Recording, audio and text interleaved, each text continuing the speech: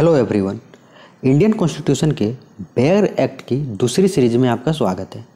इस वीडियो में हम लोग इंडियन कॉन्स्टिट्यूशन के पार्ट 2 अर्थात आर्टिकल 5 टू आर्टिकल 11 जिसमें कि सिटीजनशिप के बारे में चर्चा किया गया है, इस चीज़ को हम लोग बहुत ही विस्तृत से देखेंगे।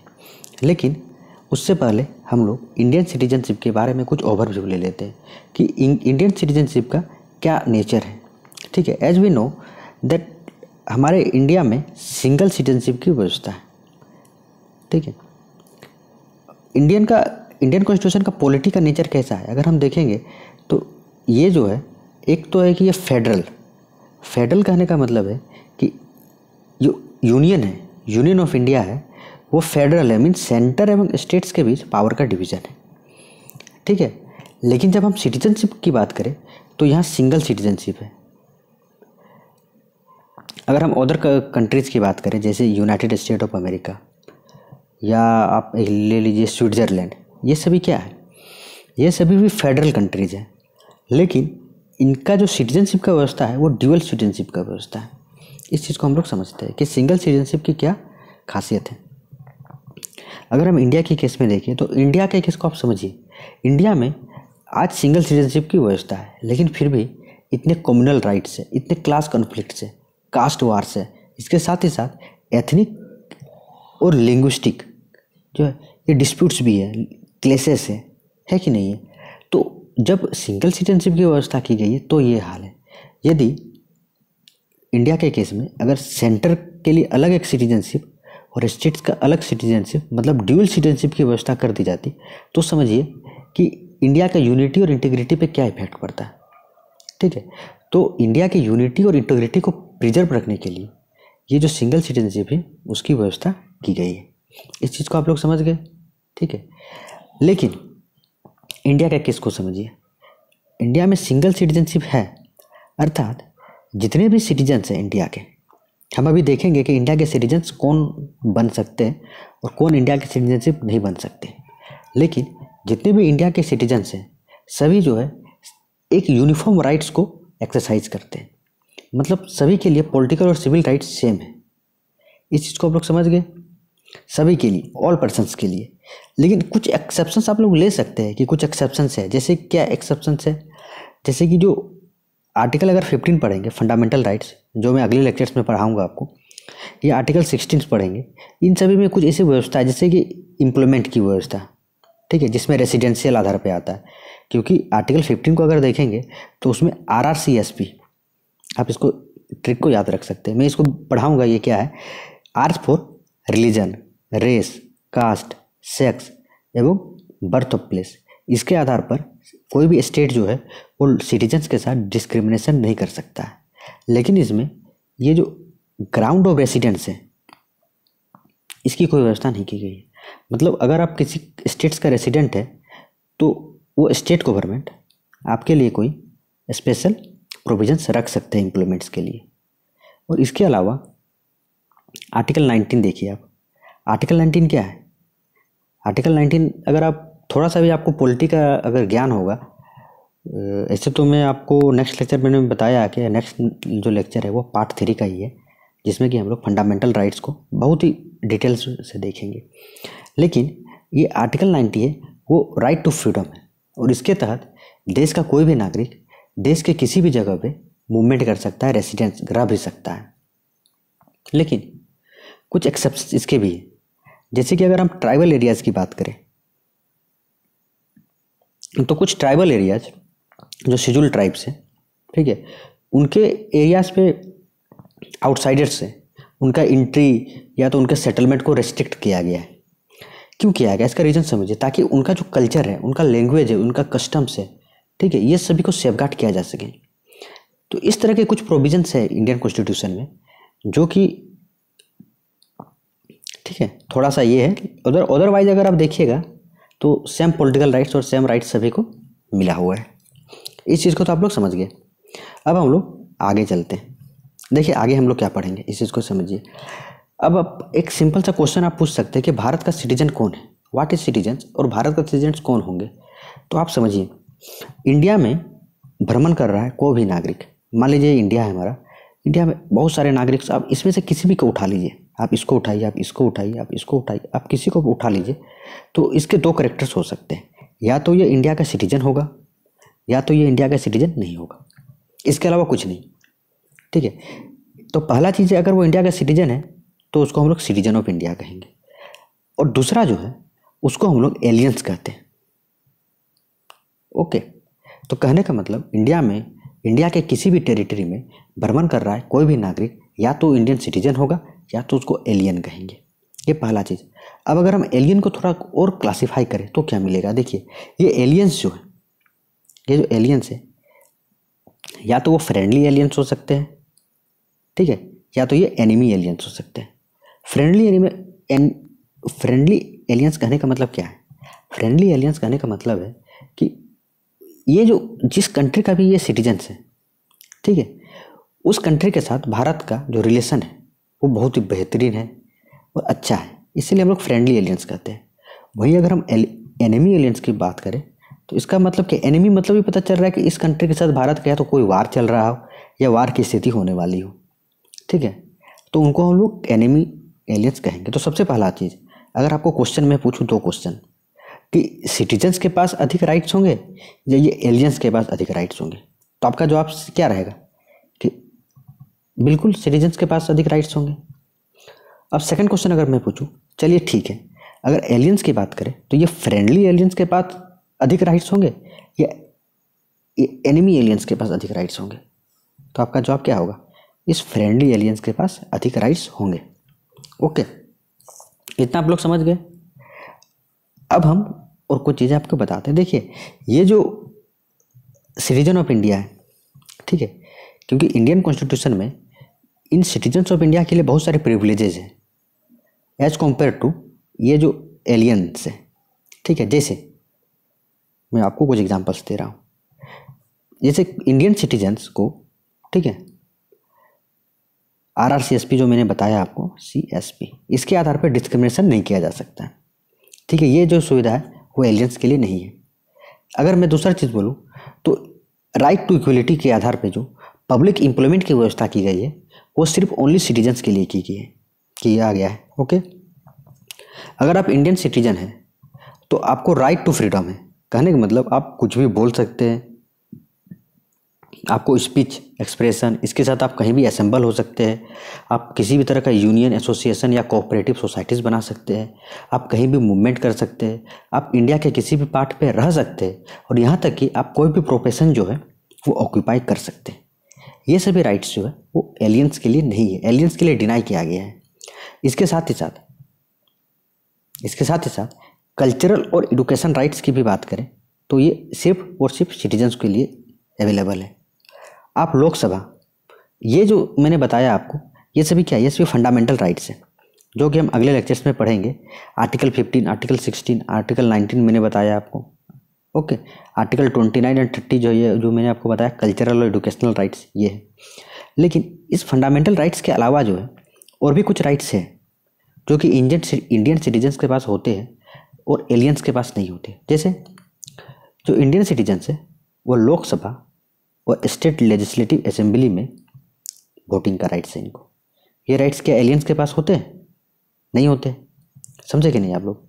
इसके साथ ही साथ यदि आप इंडियन सिटीजन्स हैं तो आप MP, मेंबर ऑफ पार्लियामेंट, और MLA, member of legislative assembly, इसके इलेक्शंस में आप कंटेस्ट कर सकते हैं। ओके, और इसके साथ ही साथ आप बहुत सारे पोजीशंस जैसे कि पब्लिक ऑफिसेस हो गए, जैसे कि आप मान के चलिए प्रेसिडेंट ऑफ इंडिया का post, vice president of India का पोस्ट, सुप्रीम कोर्ट के जज बन सकते हैं, हाई कोर्ट के जज बन सकते हैं, किसी भी स्टेट का गवर्नर बन सकते हैं, attorney general of India, advocate general of India, ये सभी जो है सिर्फ इंडियन सिटीजन्स ही बन सकते हैं। ये चीज़ आपको समझ गए कि नहीं समझे कि क्या ये सिटीजन्स और एलियंस में क्या डिफरेंस है? आप अगर इंडिया का सिटीजन्स है तो आपको किस तरह के राइट्स, स्पेशल राइट्स मिलते हैं जो कि एलियंस को नहीं मिलते।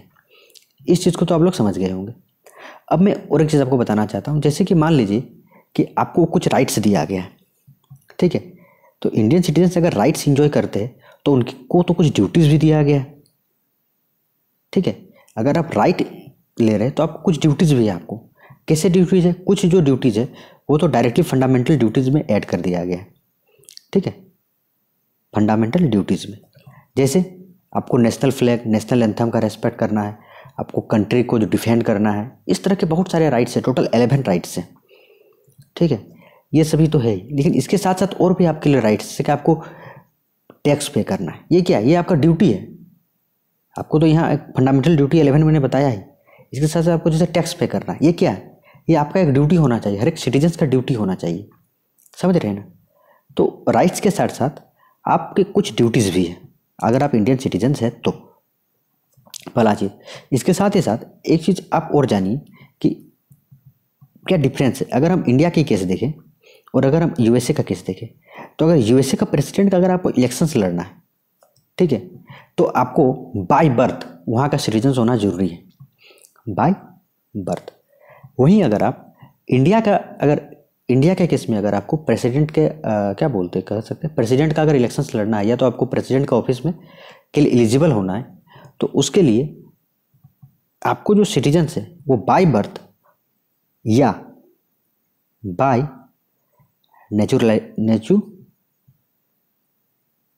ठीक है, बाय बर्थ या तो बाय नेचुरलाइजेशन के द्वारा भी जो है आप ये कर सकते हैं।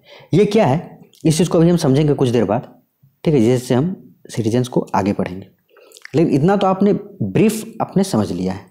अब देखिए हम लोग क्या पढ़ने वाले हैं। हमने इस पूरे वीडियो में सिटीजनशिप के बारे में पढ़ेंगे। जैसे ये आर्टिकल 5, आर्टिकल 6, आर्टिकल 7, आर्टिकल 8, 9, 10 और 11। कितना हुआ टोटल? 7। टोटल 7 आर्टिकल्स को पूरा हम लोग डिटेल्स में पढ़ेंगे, ठीक है, पूरा डिटेल्स में हम लोग पढ़ने वाले हैं। तो हम लोग एक एक करके सभी आर्टिकल्स पे चलते हैं, ठीक है। अभी तो आप लोग कोई दिक्कत नहीं हो रहा। देखिए जैसा कि मैंने बताया था पिछले लेक्चर्स में भी कि आर्टिकल 1 से 4 हमने पढ़ा था। ये जो है यूनियन एंड उसके टेरिटरीज के बारे में बताता है, ये तो हम लोग पढ़ा आपने। अब देखिए आर्टिकल 6 जो है, आर्टिकल 1 to 4 मैंने बताया, आर्टिकल 5 to 11 जो है वो सिटीजनशिप के बारे में डील्स करता है। ये तो मैंने आपको बता दिया, ठीक है। और ये पार्ट 2 में है, ये भी मैंने आपको बता दिया।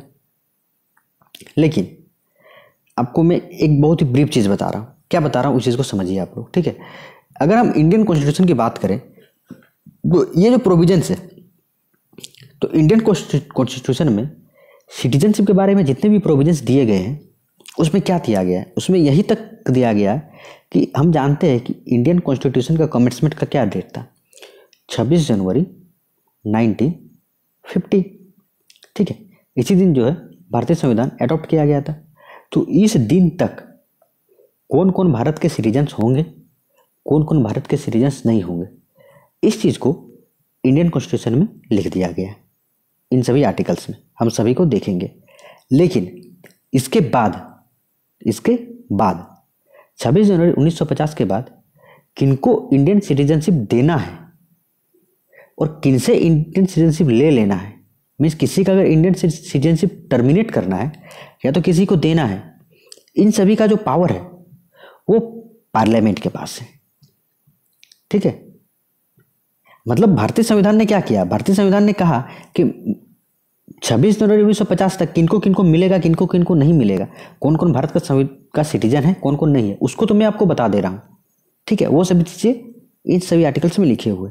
लेकिन उसके बाद का जो भी है वो इंडियन कॉन्स्टिट्यूशन जो है, इंडियन कॉन्स्टिट्यूशन ने पार्लियामेंट जो है वो डिसाइड करेगी। इस चीज़ को आप समझ गए। तो हम सबसे पहले देखेंगे इस वीडियोज़ में कि इंडियन कॉन्स्टिट्यूशन में क्या क्या दिया हुआ है। उसके बाद हम देखेंगे कि पार्लियामेंट ने क्या क्या कानून बनाया है। तो हम क्या क्या पढ़ने वाली चीज़ को आप समझ गए। अब मैं आगे जा रहा हूँ, ठीक है। नेक्स्ट स्लाइड हम जा रहे हैं और आर्टिकल हम लोग 5 को देखते हैं। देखिए आर्टिकल 5 में क्या लिखा हुआ है। आर्टिकल 5 में लिखा हुआ है, इसका टॉपिक पढ़िए, citizen at the commencement of the constitution. Citizenship मतलब संविधान के कमेंसमेंट के समय सिटीजनशिप का क्या क्या व्यवस्था है, इस चीज़ को इसने डील किया है। तो आप समझिए, at the commencement of the constitution every person who has domicile, पहला तो टर्म आपके पास ये आएगा कि डोमिसाइल, है ना। In the territory of India. देखिए डोमिसाइल क्या होता है, डोमिसाइल कुछ नहीं है, एक पार्टिकुलर अगर जुरिस्डिक्शन की बात करें तो उसमें जो परमानेंट रेसिडेंट है उनका लॉफुल डॉक्यूमेंट ही डोमिसाइल है। अगर आप एक पार्टिकुलर जुरिस्डिक्शन में अगर आप परमानेंट रेसिडेंट है तो आप वहाँ के डोमिसाइल हुए, ठीक है, मतलब डोमिसाइल रेसिडेंट हो गए। इस चीज़ को आप समझ गए। अब मैं आपको बता रहा हूँ कि कौन कौन हो सकते हैं, कौन कौन नहीं हो सकते। तो आर्टिकल 5 में क्या लिखा है मैं आपको पहले डायरेक्ट बता रहा हूँ, फिर आपको मैं इसको इंटरप्रेट कराऊंगा एक एक वर्ड, ठीक है। इसमें ये कहा गया है कि अगर आप इंडियन कॉन्स्टिट्यूशन के डोमिसाइल हैं आपके पास है, और इसके साथ साथ 3 कंडीशन, ठीक है, ये 3 कंडीशन जो है आप फुलफिल कर रहे हैं। क्या? पहला तो है कि आप इंडियन टेरिटरी ऑफ इंडिया में आपको बॉर्न होना चाहिए, पहला केस, या इनमें से कोई भी एक, या तो आपके पेरेंट्स जो है वो इंडियन टेरिटरी में बॉर्न हुए हो, आपके माता पिता, या आप 1950 जो मैंने बताया कमेंसमेंट ऑफ कॉन्स्टिट्यूशन उससे 5 साल पहले, ठीक है, मतलब 1945 से 1950, इसको आप अगर ईएफ कीजिएगा तो तक आप लगातार जो है आप इंडिया में रह रहे हो एज एन ऑर्डिनरी रेसिडेंट। अगर इन तीनों कंडीशन में से एक भी कंडीशन अगर आप फुलफिल कर रहे हैं विद डोमिसाइल, देन आप इंडिया के सिटीजनशिप हुए। इसे समझ गए आर्टिकल 5 में क्या लिखा हुआ है? आर्टिकल 5 में यही लिखा हुआ है कि यदि आप डोमिसाइल है टेरिटरी ऑफ इंडिया का, वो पर्सन है जिसके पास डोमिसाइल है, और आप इंडियन टेरिटरी में बॉर्न किए हो, या तो आपके पेरेंट्स माता पिता में से कोई किया हो, या तो आप भारत के टेरिटरी में 5 साल से मतलब कमेंसमेंट से, मतलब 1950 मैंने बताया ना कि कमेंसमेंट है, तो उससे 5 साल क्या होगा 1945, तो 1945 से 1950 तक आप लगातार रह रहे हो, तो आप भारत के सिटीजन हुए। आर्टिकल 5 आपको क्लियर हो गया? चलिए, मुझे उम्मीद है कि आपको क्लियर हो गया होगा। कोई भी अगर आपको दिक्कत हो तो आप कमेंट बॉक्स में आप क्वेश्चन पूछ सकते हैं। अब हम आर्टिकल 6 में आते हैं, ठीक है, एक सेकेंड, आर्टिकल 6 में हम आ रहे हैं। देखिए आर्टिकल 6 क्या कहता है, इसमें जो है आप पहले एक कट ऑफ डेट को देखिए, मैं आपको कट ऑफ डेट दिखाना चाहता हूँ। ये कट ऑफ डेट देखिए, जुलाई 1948, ठीक है। तो मैं आपको पहले बता रहा हूँ क्या है, फिर मैं आपको इंटरप्रेट कराऊंगा एक एक वर्ड, ठीक है। अगर इसका टॉपिक पहले पढ़िए, rights of citizenship of certain persons who have migrated to India from Pakistan. कहने का मतलब है कि यदि आप पाकिस्तान से इंडिया में आए, अब इस टर्म को समझिए, यदि आप पाकिस्तान से इंडिया में आए तो क्या केसेस है, इस चीज़ को हम लोग समझते हैं, ठीक है। तो अगर आप पाकिस्तान से इंडिया में आए तो एक कट ऑफ डेट है, मैंने बताया आपको, वो कट ऑफ डेट है 19 जुलाई 1948। ये आपको कट ऑफ डेट दिख रहा है? चलिए, आपको दिख रहा है।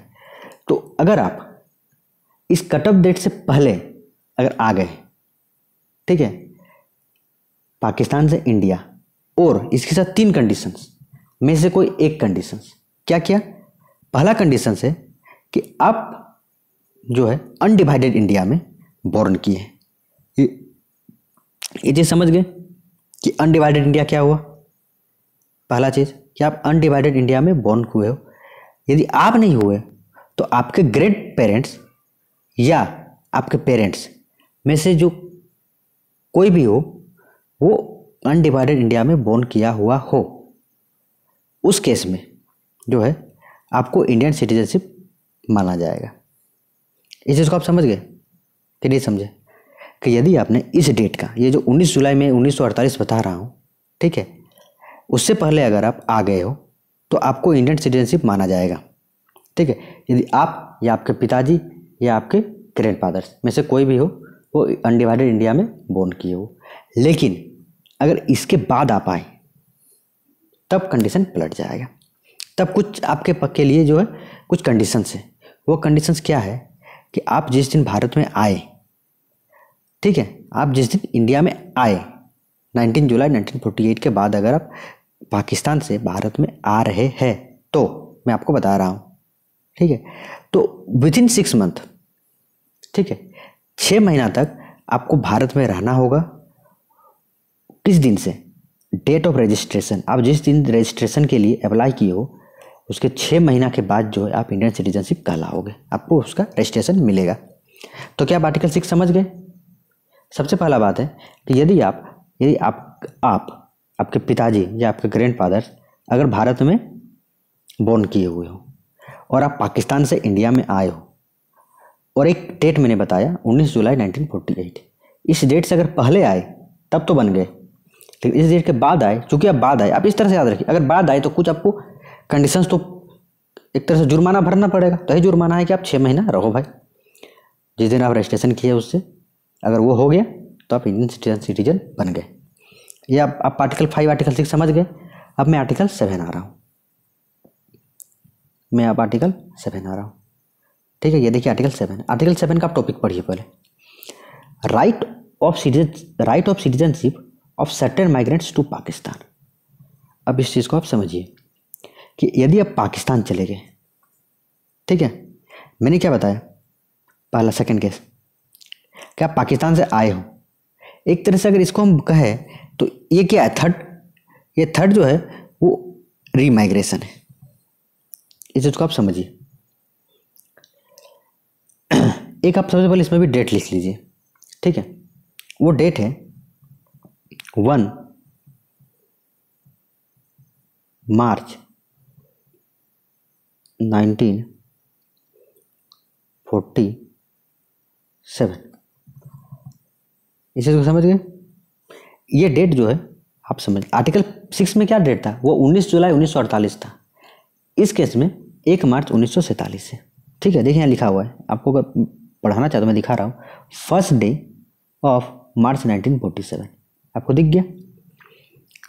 चलिए, तो अगर इस डेट के बाद, अगर आप समझिए, अगर इस डेट के बाद अगर आफ्टर, यहाँ मैं दिखा रहा हूँ, आप पहले मैं आपको रीड करा रहा हूँ, ठीक है, क्या क्या इसमें लिखा हुआ है।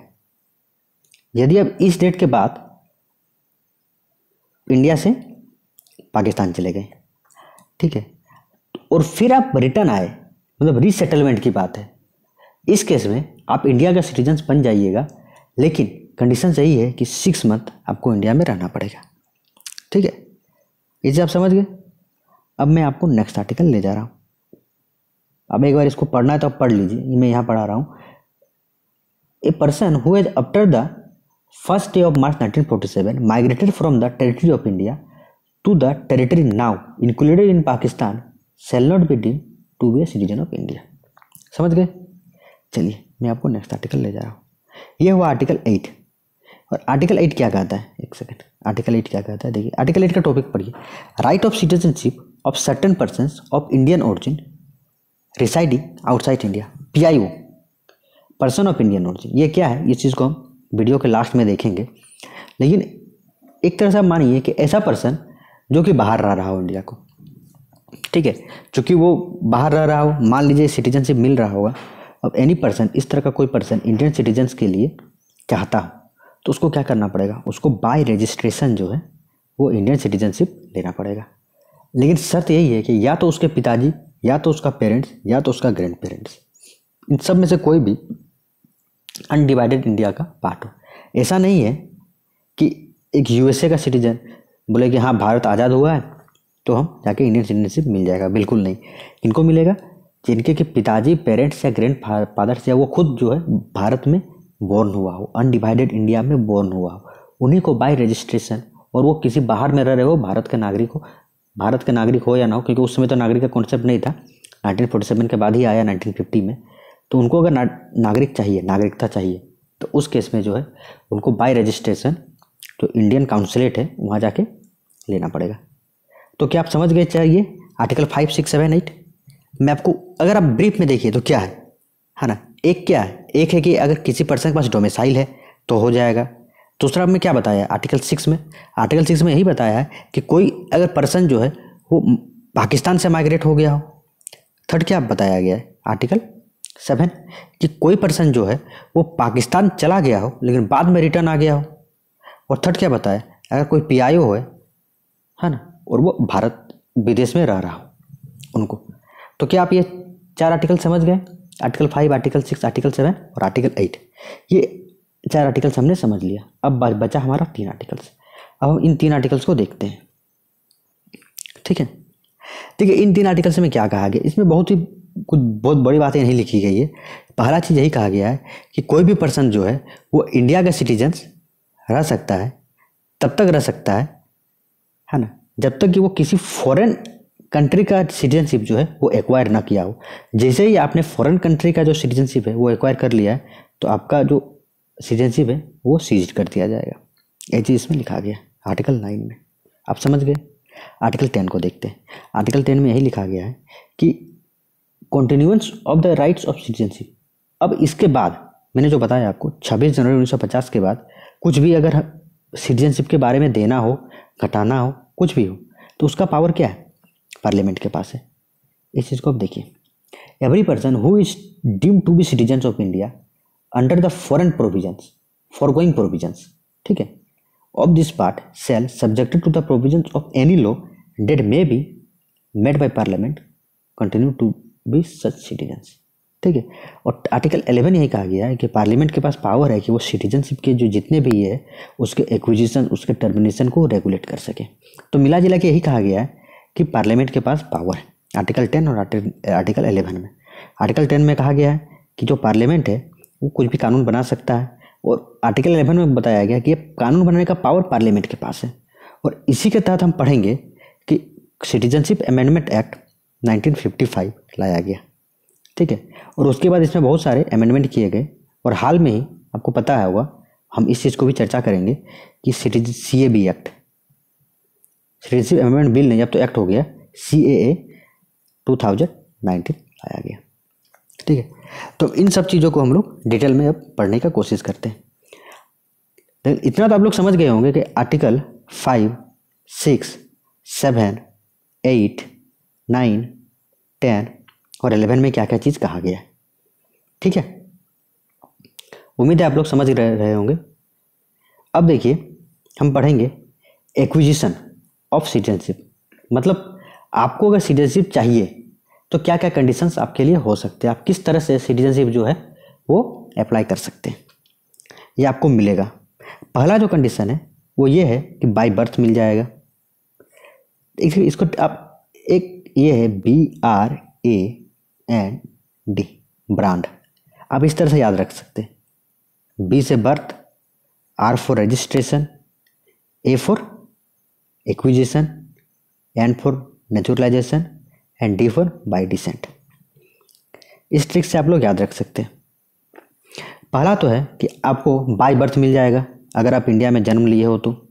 दूसरा है बाय डिसेंट। बाय डिसेंट कहने का क्या मतलब है, इस चीज़ को हम लोग समझेंगे। सबसे पहले हम लोग बाय बर्थ ही देख लेते हैं। ठीक है, इस चीज़ को हम लोग समझते हैं कि बाय बर्थ वो क्या केस है इंडियन सिटीजनशिप मिलने का। देखिए दो चीज़ें, एक तो मैंने डेट बताया वो आप याद कर लीजिए कि 26 जनवरी 1950। ठीक है, यदि आपका बर्थ इस डेट में हुआ हो या इसके बाद हुआ हो और 1 जुलाई 1987 से पहले हो गया हो, मतलब आपका बर्थ 26 जनवरी 1950 से लेकर उस दिन से लेकर 1 जुलाई 1987 से पहले हुआ हो, तो आपका पेरेंट्स कहीं के भी हो, यदि आपका बर्थ इंडिया में हुआ है तो आप इंडिया का सिटीजनशिप माने जाएंगे। ये समझ गए। लेकिन यदि आपका बर्थ 1 जुलाई 1987 के बाद हुआ हो तो क्या केस है, इसके लिए अलग केस है। ये केस है कि यदि आपका बर्थ 1 जुलाई 1987 के बाद हुआ हो तो आपको इंडिया का सिटीजनशिप माना जाएगा उसी केस में जब आपके माता या पिता मीन्स आपके पेरेंट्स में से कोई एक इंडिया का सिटीजन्स हो जिस समय आपका बर्थ लिया गया हो। आप समझ गए। पहला केस जो मैंने बताया कि अगर इन दोनों डेट के बीच हो, और दूसरा मैंने बताया कि इसके बाद हो। लेकिन इसके कितना बाद, ये हम थर्ड देखते हैं कि मैंने अभी बताया 1 जुलाई 1987। ठीक है, यहाँ से लेके 3 दिसंबर 2004 इसके बीच अगर हुआ हो तो मैंने आपको बताया। लेकिन यदि आपका बर्थ 3 दिसंबर 2004 के बाद हुआ हो तो क्या, तो यदि आपका बर्थ 3 दिसंबर 2004 के बाद हुआ हो तो आप इंडिया के सिटीजन तभी कहलाएंगे यदि आपके दोनों पेरेंट्स इंडिया के सिटीजन्स हो, या आपके कोई एक माता या पिता में इंडिया के सिटीजन्स हो, और थर्ड केस है कि उनमें से कोई इलीगल माइग्रेंट्स ना हो। अब जो है इलीगल माइग्रेंट्स का केसेस जोड़ दिया गया है। तो आप समझ गए कि आपका इंडियन बाय बर्थ जो है वो मिलने का क्या केस है। अगर आप ब्रीफ में देखें तो पहला जो है वो 26 जनवरी 1950 से लेके, ठीक है, 1 जुलाई 1987 के बीच अगर हुआ हो तो कुछ नहीं देखा जाएगा कि आपका पिताजी कहाँ का हो, माता पिता कहाँ का हो, आपको डायरेक्ट इंडियन सिटीजनशिप मिल जाएगा। लेकिन इसके बाद और 3 दिसंबर 2004 के बीच हुआ हो तो आपके माता और पिता में से कोई इंडियन सिटीजनशिप होना चाहिए। और अगर इसके भी बाद हुआ हो तो ये तो ठीक है कि आपको माता पिता में से कोई एक या दोनों होना चाहिए, इसके साथ ही साथ वो इलीगल माइग्रेंट्स नहीं होना चाहिए, ये इंपॉर्टेंट है। समझ गए? चलिए हम लोग नेक्स्ट आते हैं। नेक्स्ट है बाय डिसेंट। बाय डिसेंट आपको कैसे इंडियन सिटीजनशिप माना जाएगा, आप समझिए। इसके लिए आप फिर से एक डेट याद कीजिए, और वो डेट है, आप लिख लीजिए 26 जनवरी 1950, ठीक है, से लेकर आप और एक डेट लिखिए,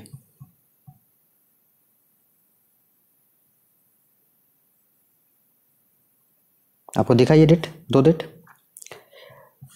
ऑन और आफ्टर, ठीक है, 26 जनवरी 1950 के दिन या उसके बाद से लेके 10 दिसंबर 1992 तक के बीच अगर आपका जन्म आउटसाइड इंडिया हुआ हो, लेकिन if your father is a Indian citizen at that time, then आप इंडियन सिटीजनशिप माने जाओगे। ये समझ गए? यहाँ देखिए ओनली फादर है, इस चीज़ को आप गौर कीजिए, क्योंकि बहुत सारे लोग जो है इस फैक्ट को नहीं देखते कि अगर इनके बीच आपका जन्म हुआ आउटसाइड इंडिया और आपके पिताजी इंडियन सिटीजन्स हो तो आप जो है इंडियन सिटीजनशिप माने जाओगे, पहला केस। लेकिन यदि 10 दिसंबर 1992 के बाद हुआ हो और 3 दिसंबर 2004, मैं फिर डेट लिख रहा हूँ, ठीक है, पहला तो 26 जनवरी 1950 से हम लोग कहाँ तक देख लिए, 10 दिसंबर 1992। थर्ड आप देखिए यहाँ से लेके 3 दिसंबर 2004, इसे समझ गए? देखिए इन सभी डेट्स में आप लोग घबराइए नहीं। क्यों नहीं घबराइए कि देखिए ये पहला डेट तो फिक्स है, जब हमने बर्थ का केस में देखा वो भी हमने देखा, और दूसरा जो डेट है ये जो लास्ट है ये 3 दिसंबर भी जो है वो बाय बर्थ में हम लोग पढ़ा। ये सिर्फ जो बीच का जो डेट है ये चेंज है, ठीक है। बीच का में क्या था, बाय बर्थ यही था 1 जुलाई 1987, वही अगर बाय डिसेंट मिलना हो तो 10 दिसंबर 1992, इसके अलावा कोई अंतर नहीं है। तो आप डेट में ज़्यादा घबराइए मत, ठीक है। तो मैं आपको बता रहा हूँ कि अगर इन दोनों के बीच हुआ हो तो क्या कंडीशन है। यदि इन दोनों के बीच हुआ हो और आपके पिताजी या पेरेंट्स या मदर, मतलब दोनों में से कोई अगर इंडियन सिटीजन्स हो आपके बर्थ के समय और आपका जन्म जो है आउटसाइड इंडिया हो, तो आप इंडियन सिटीजनशिप के तौर पे कंसाइडर किए जाओगे। तो डिफरेंसशिप फादर एंड मदर इसी का है इन दोनों के बीच, ये समझ गए आप लोग। अब हम थर्ड कंडीशन जा रहे हैं, वो मैं बता रहा हूँ 3 दिसंबर 2004 के बाद अगर हुआ हो तो क्या, ठीक है। देखिए अगर इसके बाद हुआ हो बाहर में और आपके माता पिता में से कोई भी हो तब तो ठीक है, लेकिन 1 साल के अंदर आपको जो इंडिया वहाँ उस कंट्री के इंडियन काउंसलेट में आपको रजिस्टर्ड कराना पड़ेगा। ये आप समझ गए कि नहीं समझ गए, कि विथिन 1 ईयर आपको कराना पड़ेगा। ये तो पहला चीज़ हो गया। और दूसरा चीज़ है, एक कंडीशन इसमें है कि उस समय जो है ये जो माइनर चाइल्ड है वो किसी भी अदर कंट्रीज का पासपोर्ट जो है वो होल्ड नहीं कर सकता है। ये समझ गए आप। और ये जो माइनर चाइल्ड है पासपोर्ट होल्ड नहीं कर सकता है, लेकिन इसको एक छूट है, और वो ये छूट है कि जिस भी कंट्री में वो रह रहा हो उस कंट्री में वो उस कंट्री का भी सिटीजनशिप एक्वायर कर सकता है। लेकिन जैसे ही वो अपना एडल्ट एज जो 18 ईयर्स है वो फुल करेगा तो विथिन 6 मंथ उस माइनर चाइल्ड जो है वो, क्योंकि 18 साल पार हो गया तो माइनर खत्म हो गया, तो उस समय उसको विथिन 6 मंथ उसको बताना होगा कि क्या वो इंडियन नेशनलिटी को लेना चाहता है या इसको रिनाउंस करके दूसरा जो है कंट्री का, उसी कंट्री का सिटीजनशिप वो कंटिन्यू करना चाहता है। इस चीज़ का डिक्लेरेशन उसको देना पड़ेगा। अगर 6 मंथ के अंदर नहीं दिया तो उसका इंडियन सिटीजनशिप कैंसिल हो जाएगा। तो क्या आप बाय डिसेंट समझ गए कि नहीं समझे? देखिए कुछ नहीं है, बहुत आसान है। बाय बर्थ अगर बोले तो आप समझ गए कि क्या है, 3 कंडीशन है, इस डेट से बीच इस डेट के बीच हो, इस डेट से इस डेट के बीच हो, और फाइनल ये है। अगर इस केस में है तो वही है, पहला जो कंडीशन वो बाय फादर ओनली है, दूसरा कंडीशन फादर एंड मदर है, और तीसरा कंडीशन क्या है? तीसरा कंडीशन यही है कि 1 साल के अंदर इंडियन काउंसलेट में जाके रजिस्टर कराना पड़ेगा, और जैसे ही उसका 18 साल होगा तो विथिन 6 मंथ जो है उसको पासपोर्ट भी तो जमा करना ही पड़ेगा। पासपोर्ट तो ले नहीं सकता, ये तो ठीक है, लेकिन आपको डिक्लेयर करना पड़ेगा। ये चीज़ समझ गए आप लोग? अब मैं थर्ड आ रहा हूँ, बाय रजिस्ट्रेशन। तो बाय रजिस्ट्रेशन क्या कंडीशन है, इस चीज़ को हम लोग समझते हैं। देखिए बाय रजिस्ट्रेशन मतलब कि अगर आप पीआईओ, सबसे पहला पीआईओ का कंडीशन देखते हैं। तो मैंने बोला PIO, person of Indian origin, ठीक है। तो अगर आप पर्सन ऑफ इंडियन ओरिजिन हो और आप भारत में रह रहे हो, 7 साल से, ठीक है, तो आप इंडियन सिटीजनशिप आप एक्वायर कर सकते हैं, लेकिन 7 साल आपको रहना पड़ेगा। दूसरा केस है कि आप अनडिवाइडेड, आप इंडिया के बाहर तो रह रहे हो लेकिन उस पार्ट में रह रहे हो जो कि अनडिवाइडेड इंडिया का पार्ट था, तो आप इंडियन जो सिटीजनशिप है वो ले सकते हैं बाय रजिस्ट्रेशन। और थर्ड केस है कि बाय मैरिज, मतलब यदि आप किसी सिटीजन ऑफ इंडिया से मैरिज करते हो, ठीक है, तो और आप ऑर्डिनरी भारत में 7 साल से रह रहे हो, 7 साल से आप रह रहे हो और किसी इंडियन सिटीजनशिप मैरिज कर रहे हो, तब उस केस में है आपको बाय रजिस्ट्रेशन मिल जाएगा। आप समझ गए इस चीज़ को, बाय रजिस्ट्रेशन। इसके अलावा बहुत सारा कंडीशन से आप समझ सकते हैं। जैसे एक कंडीशन में आपको बताना चाह रहा हूँ कि बाय रजिस्ट्रेशन क्या है, एडिट कर रहा हूँ, ठीक है। जैसे कि अगर आप इंडिया का ऑर्डिनरी रेसिडेंट हो, समझ रहे हैं ना, आप इंडिया का ऑर्डिनरी रेसिडेंट हो और आपके माता पिता इंडियन सिटीजनशिप अर्ली जो है इंडियन सिटीजन हो, तो आपको अगर 12 महीना आप इमीडिएटली रहे तो आप इंडियन सिटीजन बन जाएंगे। और इसके साथ ही साथ अगर ओसीआई कार्ड होल्डर हो,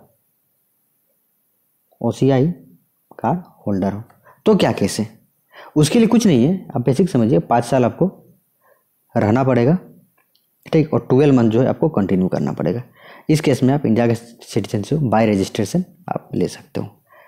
अब एक क्वेश्चन आपको आ रहा होगा कि ये पीआईओ क्या है, ठीक है। कुछ नहीं है कि अगर आपके पिताजी, माता पिताजी कोई अगर अनडिवाइडेड इंडिया आपके पास रहे हो, उसमें उनका बर्थ हुआ हो और आप बाहर में रह रहे हो, ठीक है, बाहर में नहीं, आप अगर अनडिवाइडेड इंडिया का पार्ट हो और आप 15 अगस्त 1947 के बाद जो है जो भी इंडिया का अनडिवाइडेड पार्ट है, तो आप पब्लिक ऑफ पीआईओ कहलाएंगे। क्या आप इस चीज़ को समझ गए कि नहीं समझे? उम्मीद है आप इस चीज़ को समझ गए होंगे। समझ गए ना कि दिखा रहा हूँ 15 अगस्त 1947, ठीक है, उसके बाद, ठीक है, अगर कोई ये वो इंडिया का टेरिटरी रहा, became part of Indian territory after 15 अगस्त 1977, है ना, और आपको बोर्न जो है वो अनडिवाइडेड इंडिया में हुआ हो या ऐसे टेरिटरी में हुआ हो जो कि इसके बाद जो है इंडिया का टेरिटरी बना हो, तो आप पीआईओ कहलाएंगे। चलिए हम लोग अब बाय नेचुरलाइजेशन देखते हैं। ये देखिए बाय नेचुरलाइजेशन, ये टर्म आपको सुना हुआ लग रहा होगा, मैंने आपको बताया तो बाय प्रेसिडेंट, अगर आपको प्रेसिडेंट का इलेक्शन अगर लड़ना हो या ऑफिस चाहिए तो बाय बर्थ और बाय नेचुरलाइजेशन, इन दोनों केस में आपको मिल सकता है। देखो नेचुरलाइजेशन समझिए, वर्ड से समझिए। वर्ड में क्या है कि आप मतलब आउटसाइड इंडिया का तो ठीक है, आप सिटीजन हो, लेकिन आप भारत में रह रहे हो और भारत में रह रहे कि आप नेचुरल हो गए हो, भारत के ही हो गए हो, उस केस में जो है आपको बाय नेचुरलाइजेशन आपको इंडियन सिटीजनशिप मिल जाएगा। लेकिन कुछ केसेस है। पहला केस है कि आप जिस फॉरेन कंट्री से आए हो वो फॉरेन कंट्री जो है इंडिया, ठीक है, आप मान लीजिए एक फॉरेन कंट्री है, वहाँ से आप आए हो इंडिया, ठीक है, तो वो कंट्री जो है इंडियंस को भी इस तरह बाय नेचुरलाइजेशन सिटीजनशिप दे रहा हो या देता हो, तो उस केस में आपको मिलेगा। पहला चीज़ है। दूसरा चीज़ है कि आपको इस कंट्री का, जो फॉरेन कंट्री का आपने एक्वायर किया हुआ, उसको आपको रिनाउंस करना पड़ेगा, छोड़ना पड़ेगा। दूसरा केस। तीसरा केस ये है कि आप समझिए, अब मैं ओवरऑल को बता रहा हूँ कि 14 ईयर्स जो है आप इंडिया में रह रहे हो, जिसमें से 14 ईयर्स में आप कोई कंटिन्यूएशन जरूरी नहीं है, लेकिन 14 ईयर्स में आप 11 साल भारत में रहे हो, और ये जो जिस दिन आपने अप्लाई किया है उससे इमीडिएट जो 12 मंथ है वो आप रेगुलर इंडिया में रह रहे हो। केस समझ गए? 14 साल आप इंडिया में पार्ट हो, लेकिन रेगुलर जरूरी नहीं है, मिला जुला के 11 साल, और ये जो लास्ट का जो 1 साल हो, 12 मंथ है, वो आप रेगुलर आपको बिताना पड़ेगा। अगर ऐसा केस है तो आपको बाय नेचुरलाइजेशन इंडिया का सिटीजन माना जाएगा। इसके साथ ही बहुत सारे केस है, जो छोटे छोटे केस है, जैसे गुड आपका करेक्टर अच्छा होना हो, जो 8 शेड्यूल्ड है उसमें जितने भी लैंग्वेजेस दिए हुए उसमें से एक लैंग्वेज आपको आना चाहिए। ये सभी केसेस कुछ है, लेकिन आप समझ जाना चाहिए। इसके साथ ही साथ देखिए, कुछ रिलैक्सेशन किसी को मिल सकता है यदि आप साइंस, फिलोसफी, लिटरेचर है ना, या वर्ल्ड पीस है, ह्यूमन प्रोग्रेस के लिए आपने कुछ काम अच्छा कर रहे हो, तो आपको इसमें कुछ कंडीशन में कुछ छूट वेव दिया जाता है। ठीक है। अब लास्ट टॉपिक जो हमारा इसमें है वो है बाय इनकॉर्पोरेशन ऑफ टेरिटरी और एक्वाइजेशन। मतलब कि इंडिया ने कोई टेरिटरी एक्वायर कर लिया, उस केस में क्या? तो यदि इंडिया ने कोई टेरिटरी एक्वायर कर लिया तो इंडिया पार्लियामेंट जिस तरह के नोटिस निकालेगी कि किसको किसको इंडियन सिटीजन्स इस टेरिटरी का देना है, उनको जो है वो दे सकते हैं। तो आप क्या समझ गए ब्रांड को कि नहीं समझे? बाय बर्थ, बाय डिसेंट क्या क्या कंडीशन है, 1 2 3 लेयर आपने समझा। इस डेट से इस डेट के बीच अगर होगा तो क्या, इस डेट से इस डेट के बीच होगा क्या, और इधर होगा तो क्या। सेम है अगर डिसेंट को देखें तो यहाँ फादर है, 26 जनवरी इधर ले लीजिए, इस बीच में क्या है, फादर एंड मदर दोनों रहने से हो जाएगा, है ना। और यहाँ क्या है कि 1 साल के अंदर इंडियन काउंसलेट में जाकर रजिस्टर कराना होगा, और उसके बाद जब 18 साल का हो जाएगा ये माइनर, तो उसको बताना होगा कि इस कंट्री का चाहिए कि नहीं चाहिए आपको। ठीक है, बहुत आसान है, आपको लग रहा होगा टफ, लेकिन कोई हार्ड नहीं है। बाय रजिस्ट्रेशन भी आप समझ गए होंगे, क्या पीआईओ का केस है, क्या ओसीआई कार्ड होल्डर का केस है। ठीक है। आप बाय नेचुरलाइजेशन भी समझ गए होंगे कि ये कंट्री देगा तभी ये कंट्री देगा, ये भी आप समझ गए। ठीक है। और आप ये केस भी समझ गए कि 14 साल में 11 साल जो है रेगुलर जरूरी नहीं है, लेकिन 11 साल रहना चाहिए, और उसमें से लास्ट का 12 साल जो है कंटिन्यू रहना पड़ेगा उस केस में। समझे कि नहीं समझे? वो एक्वायर टेरिटरी भी समझ गए कि इंडियन पार्लियामेंट इस टेरिटरी के जिस आदमी को जिस जो रेगुलेशन निकालेंगे, जिसको देना चाहे उसको दे सकता है। अब देखिए, इसमें एक टॉपिक और आता है इंडियन सिटीजन में। हमने आर्टिकल 5 टू आर्टिकल 11 तो पढ़ लिया, पढ़ा कि नहीं? इसमें 4 कंडीशंस हमने देखा, 4 कंडीशंस 5 6 7 8 कि किस किस तरह से इस 4 आर्टिकल से दिया जा सकता है। फिर 9 10 11 भी देखा, है ना, कि अगर डबल रहे तो नहीं मिलेगा। 10 11 तो इंडियन पार्लियामेंट को एक तरह से पावर दे रहा है, और हमने ये 5 देखा है। अब एक और कुछ केसेस आया था जिसको असम एकॉर्ड बोलते हैं। असम एकॉर्ड, ये असम एकॉर्ड क्या है? देखिए, ये सीए एक्ट 1985 में कुछ एक्ट्स को जोड़ा गया था। ठीक है। इसमें क्या किया गया था कि जो बांग्लादेश से जो लोग आ रहे थे, ठीक है, उसने एक पार्टिकुलर डेट बताया, और वो डेट था 1 जनवरी 1966। ठीक है। उसमें यह कहा गया कि 1 जनवरी 1966 से पहले जो भी लोग बांग्लादेश से भारत आ गए, ठीक है, उनको इंडियन सिटीजनशिप मान लिया जाएगा एट द एंट्री पॉइंट से। ठीक है। लेकिन जो भी लोग इसके बाद आए, ठीक है, इस दिन ऑन और आफ्टर और 25 मार्च 1971 तक आए, ठीक है, उनके केस में क्या कहा गया कि उनको 10 साल के लिए जो है जितनी भी सुविधाएं इंडियन सिटीजन्स को मिलती है, उन सभी सुविधाएं उनको सब सुविधा मिलेगी एक्सेप्ट राइट टू वोट। ठीक है। लेकिन इनको सिटीजन नहीं माना जाएगा, इनको सभी सुविधाएं मिलेगी। ये चीज़ आप समझ गए असम एकॉर्ड। इसके अलावा असम एकॉर्ड में कुछ नहीं है। अब नेक्स्ट टॉपिक आते हैं, और ये है loss of citizenship. Loss of citizenship कुछ 3 कंडीशन से बाय क्या है, देखिए क्या क्या केसेस हम पढ़ रहे हैं। अगर आपने रिनाउंस कर दिया हो, ठीक है, इंडियन सिटीजनशिप, चाहे रीजन कुछ भी हो, ठीक है, उस केस में जो है आपका इंडियन जो ये है वो लॉस कर जाइएगा। अगर आपका सिटीजनशिप टर्मिनेट कर दिया गया हो, ठीक है, चाहे वो कोई भी आपने रीजन से टर्मिनेट हुआ हो तो आपका हट जाएगा। और लास्ट है बाय डिप्राइवेशन। बाय डिप्राइवेशन कहने का मतलब है कि आपने सिटीजनशिप लेने में कोई फ्रॉड किया हो, ठीक है, या एक आपने इंडियन कॉन्स्टिट्यूशन के प्रति डिसलॉयल हो।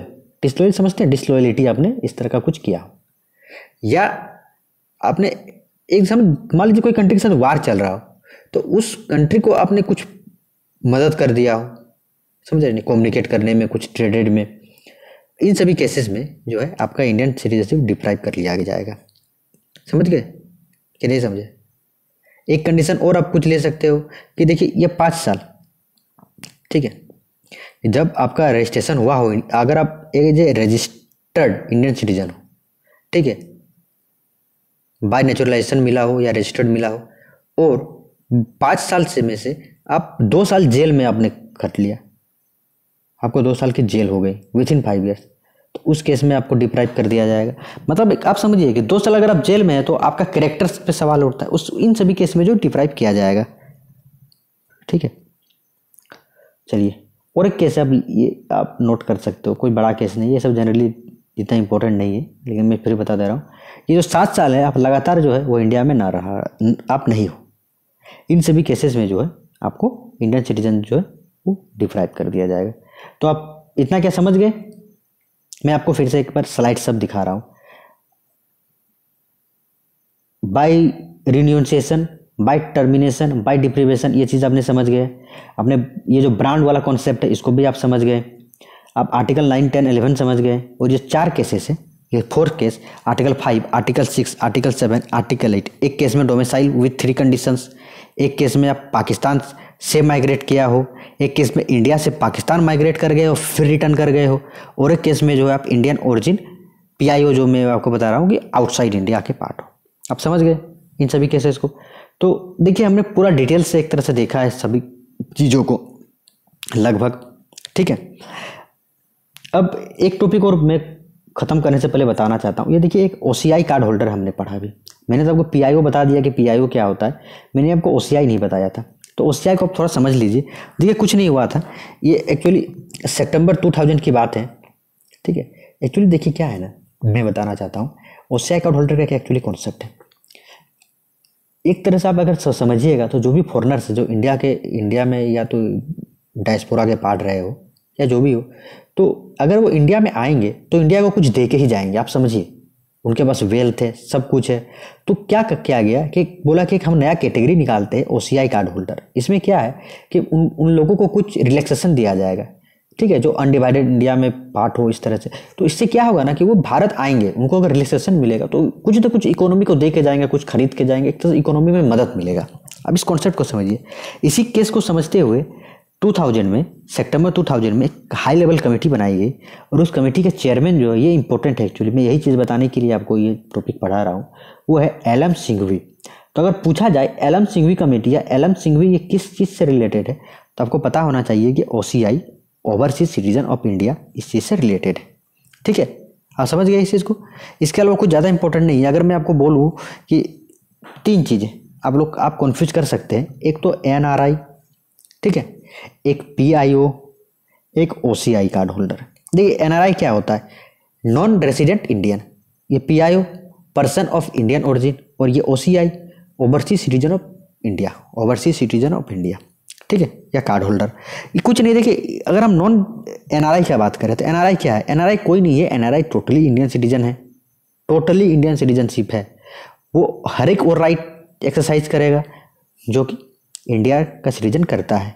लेकिन यही है कि ये कुछ एक फिक्स डेट है, आई थिंक कंफर्म मैं नहीं हूँ, 182 साइड डेज है, कि अगर आप 365 दिन में अगर आप 182 डेज, अगर कुछ चेंज हुआ हो तो नहीं, तो जैसे तो एक 182 डेज ही पहले था, तो 182 डेज जो है आप अगर इंडिया में से बाहर रहे हो, ठीक है, आप इंडिया के सिटीजन ही हो, मैं जैसे I am a citizen of India, but due to some reason, चाहे बिजनेस रीजन हो कुछ भी हो, मैं अगर इंडिया के बाहर अगर 182 दिन रहता हूँ तो मैं एनआरआई कहलाऊंगा।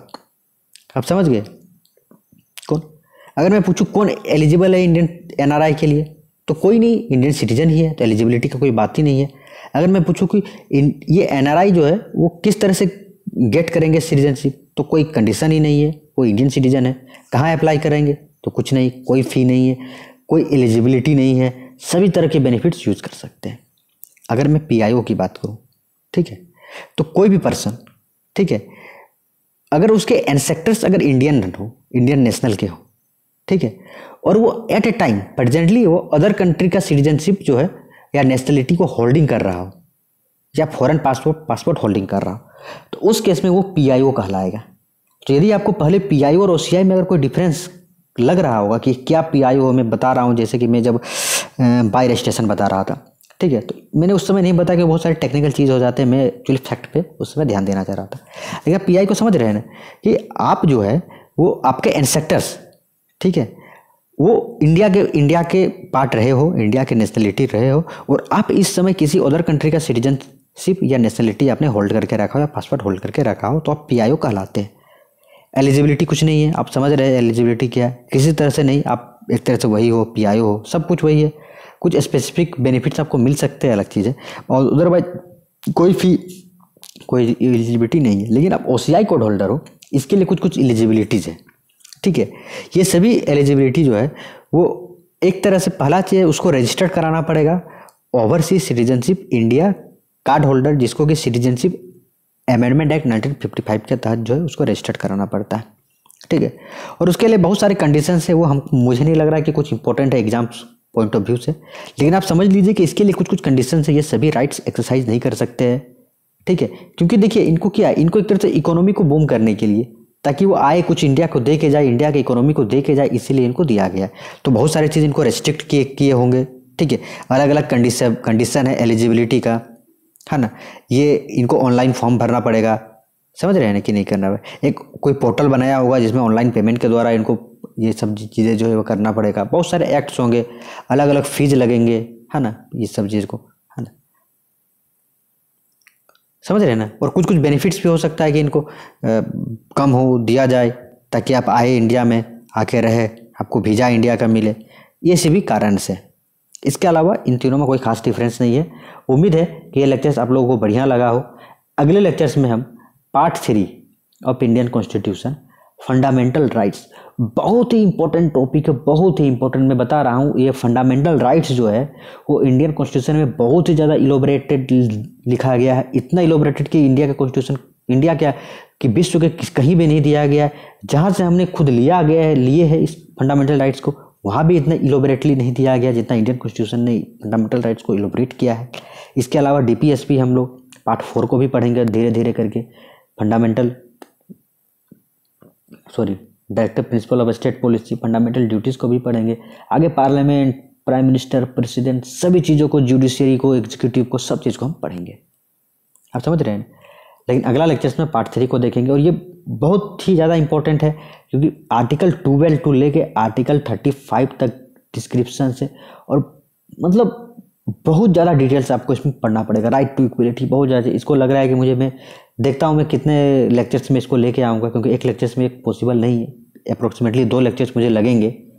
कोशिश करूँगा कि आर्टिकल 14 टू आर्टिकल 20-21 तक एक लेक्चर्स में, और उसके बाद के लेक्चर्स जो है मैं और एक लेक्चर्स में लेके आऊँगा। लेकिन फिलहाल के लिए तो आप लोग ये चीज़ समझ गए होंगे कि क्या इंडियन सिटीजन है, सिंगल सिटीजनशिप का कॉन्सेप्ट आप लोग समझ गए होंगे, चाहे वो इंडियन कॉन्स्टिट्यूशन में क्या क्या प्रोविजंस दिए गए हो, आर्टिकल 5 से 11, इस चीज़ को भी समझ गए। ये ब्रांड का कॉन्सेप्ट समझ गए होंगे, और लॉस ऑफ सिटीजनशिप भी समझ गए आप लोग, और किस तरह से हम लोग एक्वायर करेंगे। तब तक के लिए धन्यवाद। उम्मीद है कि आप लोगों को ये वीडियो पसंद आया होगा।